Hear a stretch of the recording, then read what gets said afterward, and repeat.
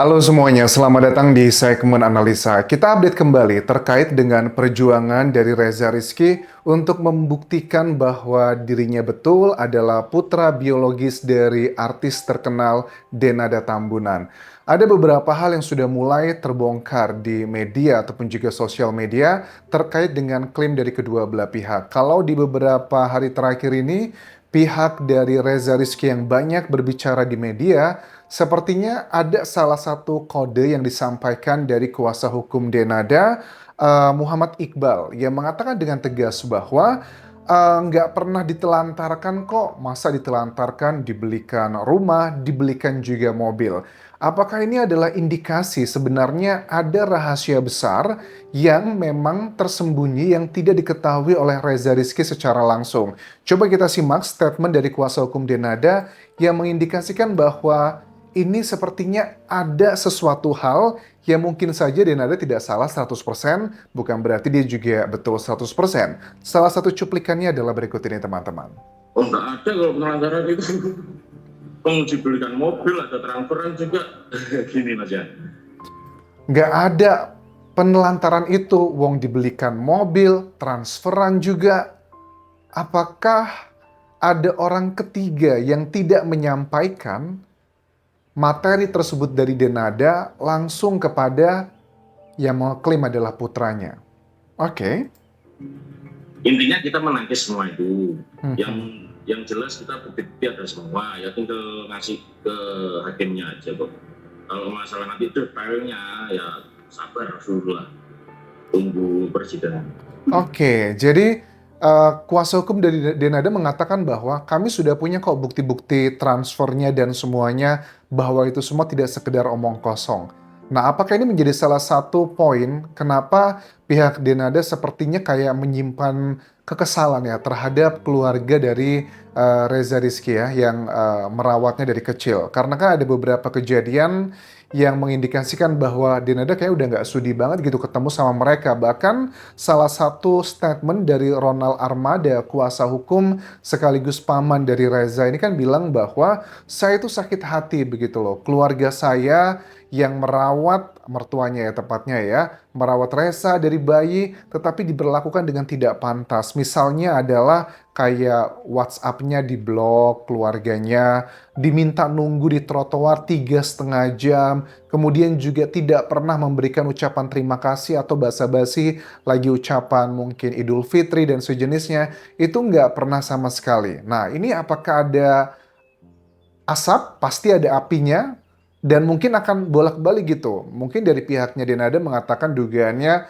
ya karena mereka telah melakukan sesuatu hal yang tidak sesuai dengan perjanjian. Atau bahkan sebaliknya dari pihaknya Reza Rizky keluarganya bilang bahwa saya tidak pernah mendapatkan apapun dari janji yang katanya dulu mau dikasih A, B, C, dan D. Nah, dugaannya kalau kedua belah pihak adalah betul, berarti ada sosok ketiga yang mungkin saja memanfaatkan semua ini, yang kedua belah pihak itu saling kayaknya bermusuhan. Tetapi apapun drama yang terjadi, yang menjadi korban dari kasus ini adalah Reza Rizky sendiri, teman-teman. Salah satu statement yang dia katakan ini menunjukkan betapa perjuangan seorang anak ya, nggak mudah di masa-masa dia tinggal di daerah, ekonomi juga bukan yang fantastis, cenderungnya menengah ke bawah. Dia menceritakan bahwa sejak SMP kelas 1 itu banyak loh ibu-ibu teman-teman saya tuh cerita bahwa dalam bahasa Jawanya tuh kon dudu anak Mama Rati, kon anaknya Denada. Artinya kamu itu bukan anaknya Ibu Rati, tapi kamu adalah anaknya Denada. Mungkin bagi sebagian orang dewasa, omongan seperti itu adalah omongan yang kayak bercandaan doang. Teman-temannya juga ngomong seperti itu. Tapi bagi anak sekecil Reza saat itu SMP kelas 1, berarti masih berapa belas tahun gitu loh. Itu sakit banget loh, karena ya kondisi yang sekarang yang dia hadapi dimiliki ini bukanlah pilihan hidupnya. Dia tidak bisa memilih dilahirkan dari ibu siapa, bapak siapa, keluarga seperti apa. Tetapi memang mulut-mulut dari sebagian tetangga itu kan di Indonesia kadang kejam-kejam ya. Bagi mereka ngomong gitu bercanda gitu loh. Tapi bagi seorang Reza Rizky, aku yakin dia masih inget detail siapa aja yang ngomongin, siapa aja yang berlaku tidak pantas. Itu sakit banget pasti. Coba kita simak salah satu statementnya Reza Rizky yang mengatakan hal tersebut, tetapi dia ngomongnya biasa-biasa aja. Tapi aku yakin, dia ngomongnya biasa-biasa aja di bibir, tetapi di hati kecilnya itu adalah bagian inner child atau luka di batinnya yang sampai sekarang masih belum sembuh. Banyak yang tahu udah. Iya kan dari aku mencari tahu itu dari kayak gitu. Dari banyak yang ngomong. Iya. SMP kelas 1. Astaga. Lama. Bukan teman-teman aja, ibunya temen juga ngomong. Aduh, bukan temen-temen aja, tapi ibunya temen juga ngomong. Ini ya buat masyarakat Indonesia, tolonglah kalian itu kurang-kurangilah ngomong hal-hal kecil seperti ini. Mungkin bagi kalian tuh bercandaan doang. Mungkin kalian juga sekarang sudah lupa pernah ngomong seperti itu. Tetapi bagi seseorang yang memiliki masalah seperti Reza Rizky, itu bakal keinget ibu, bapak, sampai mereka berpulang. Kalau untuk anak kecil ya kita nggak bisa ngontrol ya, namanya juga bocah gitu. Tetapi bagaimana mungkin bocah-bocah seperti itu bisa ngomong ke teman sebayanya? Ya pastinya adalah karena ajaran orang tuanya. Orang tuanya pada saat ngomong seperti itu, aku yakin banget itu di hadapan anak-anaknya. Makanya dia mengulangi apa yang dilakukan orang tuanya, jadinya seperti inilah. Enggak. Ada ejek-ejekan nggak? Kalau bahasa Banyuwanginya itu kalau itu anak Mama Rate, kalau anak Denada, gitu bahasa Banyuwanginya gitu. Oh, katanya nggak ada ejek-ejekan, cuma ngomong tadi bahasa Jawanya seperti itu. I don't think so, itu bakal dilupakan sama Reza. Aku yakin kenapa dia bisa inget kata-katanya detail tadi. Kon dudu anake Mama Rati, kon anake Denada. Itu karena membekas banget, karena mungkin dia tinggal di lingkungannya masih sama, dia menjaga perasaan tetangga, orang tuanya biar, karena kan namanya juga ekonomi dia masih pas-pasan ya, dimana diketahui bahwa dia ini putus di kuliahnya semester 4 karena tidak ada biaya. Walaupun dari pihak pamannya, Ronald Armada bilang bahwa saya pun mau katanya untuk membiayai dia untuk kuliah, tetapi kan itu bukan kewajiban saya gitu loh. Ya mungkin karena melihat Denada yang di media itu kelihatan glamor hidupnya, operasi sana-sini, mohon maaf ya, tidak bermaksud untuk mengejudge untuk bagian tersebut, tetapi adalah untuk melakukan operasi kecantikan itu kan butuh dana ya nggak cuma 1 juta 2 juta, tapi at least lah ratusan juta dengan biaya perawatan dan sebagainya. Ratusan juta dibandingkan dengan biaya hidupnya yang paling hanya beberapa juta rupiah, kok nggak mau gitu Denada. Nah, kemudian juga disampaikan di sini bahwa dari pihak Reza itu mengatakan, saya itu hanya butuh pengakuan saja. Kalaupun disuruh tinggal bareng nanti pun dengan Denada, dia pun tidak akan mau. Nah, walaupun di mulutnya Reza bilang sudah tidak ada kemarahan, hanya pengen pengakuan, tetapi akui aja, admit it kalau memang kamu masih marah, kamu masih kecewa, itu adalah hal yang wajar. Jangan denial, karena kalau kamu denial, bilang, enggak aku nggak marah kok sama ibuku, aku masih biasa-biasa aja, fine, itu tidak akan bisa menyembuhkan inner child dari Reza yang masih terluka. Pengakuan aja, pengen pengakuan secepatnya, itu aja. Pengakuan aja. Iya, aku nggak benci, nggak ada benci, tapi Nggak kecewa benci. kok, terlalu lama kan. Harus seperti ini dulu. Enggak, kalau disuruh tinggal bareng pun aku udah nggak mau karena udah berbeda. Oke. Kalaupun disuruh tinggal bareng, aku pun sudah nggak mau. Dibilang benci, nggak benci. Cuma kecewa aja kenapa harus selama ini. Karena kecurigaannya Reza sebenarnya bukan lagi curiga, dia udah ada konfirmasi sebenarnya ibundanya yang duganya adalah Denada itu sejak SMP kelas 1. SMP kelas 1 usia berapa ya? Paling 13 atau 14 tahun. Sekarang dia 24 tahun. At least sudah belasan tahun dia mengetahui hal tersebut, tetapi dia menutup diri gitu karena rasa nggak enak dengan usia dia yang masih sangat belia, dia nggak ngerti harus bersikap seperti apa. Nah, Denada itu pun juga ada salah satu video yang viral waktu wawancara sama Ivan Gunawannya di salah satu programnya.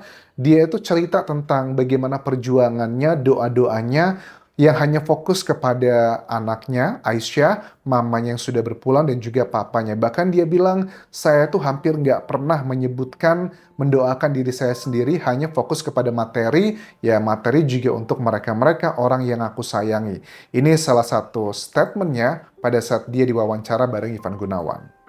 Misalnya pada saat aku sujud atau pada saat aku lagi berdoa minta-minta sama Allah, aku tuh selalu sejujurnya hampir tidak pernah memasukkan diriku ke dalamnya. Ya Allah. Jadi buat aku tuh yang penting Aisyah, Mama, apalagi sekarang Mama udah gak ada ya, Papa gitu. Dan kalaupun aku minta buat pekerjaanku, maka aku akan minta sama Allah, aku butuh pekerjaan ini karena aku butuh buat Aisyah.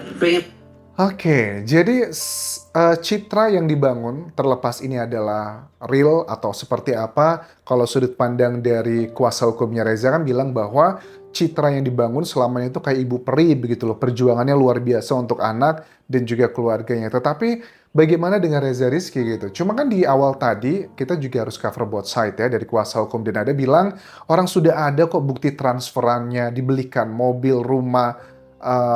Itu kemana aja kalau dibilang penelantaran ya nggak betul seperti itu. Penelantaran adalah pasalnya pidana gitu. Nah dari Ronald Armada mengatakan memang tidak pernah kami mengatakan ini adalah penelantaran. Yang mengatakan terminologi tersebut adalah dari media massa. Tapi ini lebih tepatnya, lebih parahnya adalah pembuangan anak begitu.